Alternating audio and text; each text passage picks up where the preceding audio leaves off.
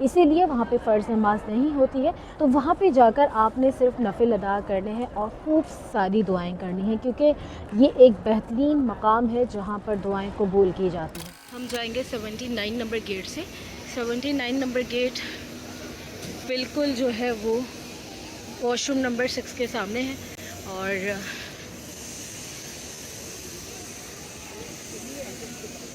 یہیں سے جب آپ انٹر ہوتے ہیں تو سامنے بالکل کعبہ نظر آتا ہے. اگر آپ پہلی بار جا رہے ہیں تو آپ نے بہت خیال رکھنا ہے کہ نگاہوں کو نیچے رکھنا ہے.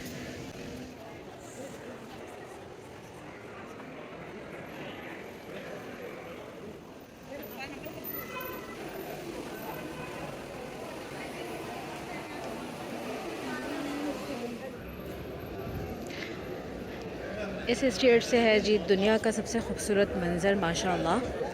آپ دیکھیں، یہ بالکل سامنے آپ کو کعبہ نظر آئے گا.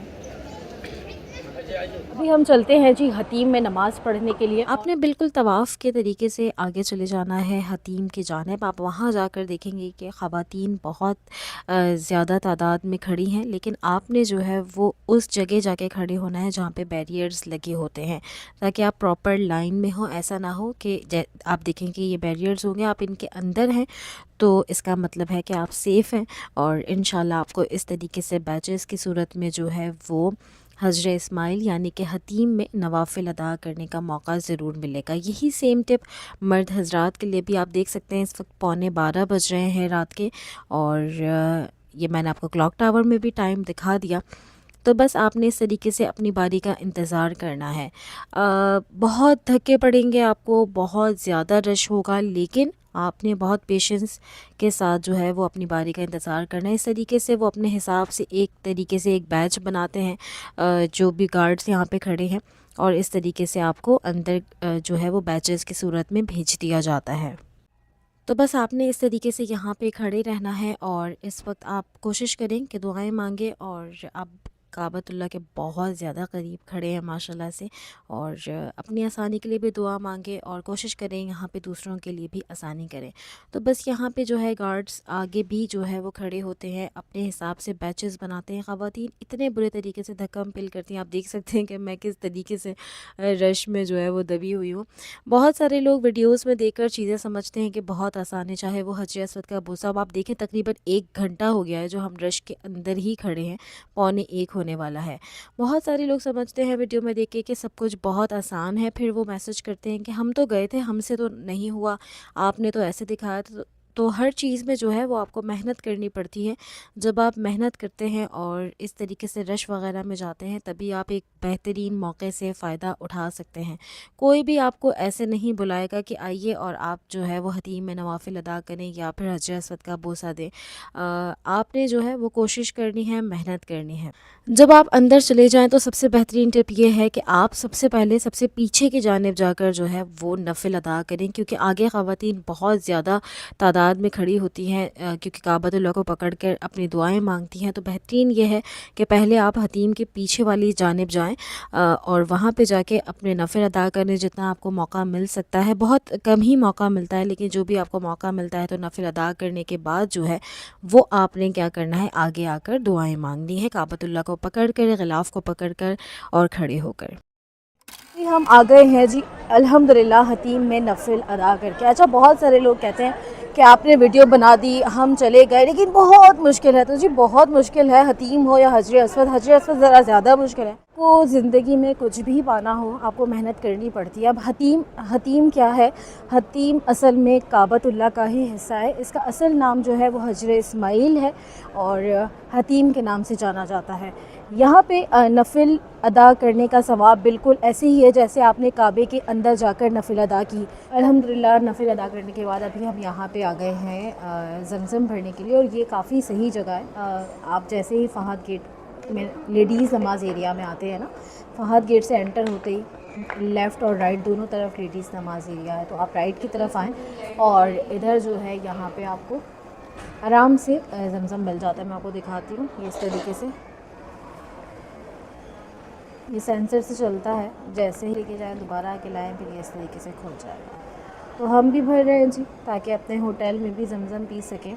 آپ کو زمزم پینا ہو، یہاں پہ آپ کو نماز ادا کرنی ہو، آپ کو نفل ادا کرنے ہوں، آپ کو حجر اسود کا بوسہ لینا ہو، بات یہ ہے کہ ہر چیز میں آپ کو تھوڑی سی محنت کرنی پڑے گی. اب ہمارا ہوٹل یہاں سے اگر 500 میٹر پر ہے تو یہ 5 لیٹر آپ کو اٹھا کر لے کر جانا پڑے گا، تبھی آپ کو جو ہے وہ زمزم پینے کو ملے گا. نہیں تو آپ کے ہوٹل کے نیچے ہے، 5-6 ریال 7 ریال 10 ریال تک آپ کو پانی مل جائے گا، آپ پیے آرام سے.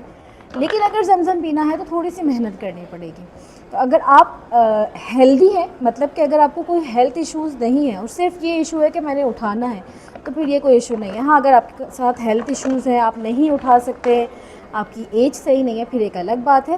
پھر آپ مسجد میں جتنی دیر ہیں، اور سب سے اچھی ٹپ تو یہ ہے کہ جیسے ہی آپ مسجد سے نکلنے والے ہو نا، تو اب آپ یہ دیکھیں آپ کا ہوٹل کتنا دور ہے، اس کے حساب سے آپ نکلتے ہوئے زمزم پی لیں. جب آپ اتنا زمزم پی لیں گے تو پھر صحیح یہ ہے کہ آپ نے زیادہ سے زیادہ زمزم پی لیا، اور جب آپ ہوٹل پہنچیں گے تو آرام سے واش روم وغیرہ بھی جا سکتے ہیں. حتیم کی ٹائمنگز تقریباً سارا سال یہی رہتی ہیں، لیکن ایسا ہوتا ہے کہ رمضان اور حج میں جو ہے وہ ٹائمنگز چینج ہو جاتی ہیں یا ڈفرینٹ بھی ہو جاتی ہے. جیسے کہ جو صبح کی ٹائمنگز ہے وہ کبھی ایسا ہوتا ہے خواتین کی کر دیتے ہیں، اور لیٹ نائٹ جو ہے وہ مرد حضرات کی. لیکن ابھی یہی ٹائمنگز ہیں، بہت مہینوں سے یہی ٹائمنگز ہیں، اور ابھی بھی یہی ٹائمنگز چل رہی ہیں. لاسٹ ویک میں جو ہے وہ خواتین کو فجر کے بعد بھی جانے دیا جا رہا تھا.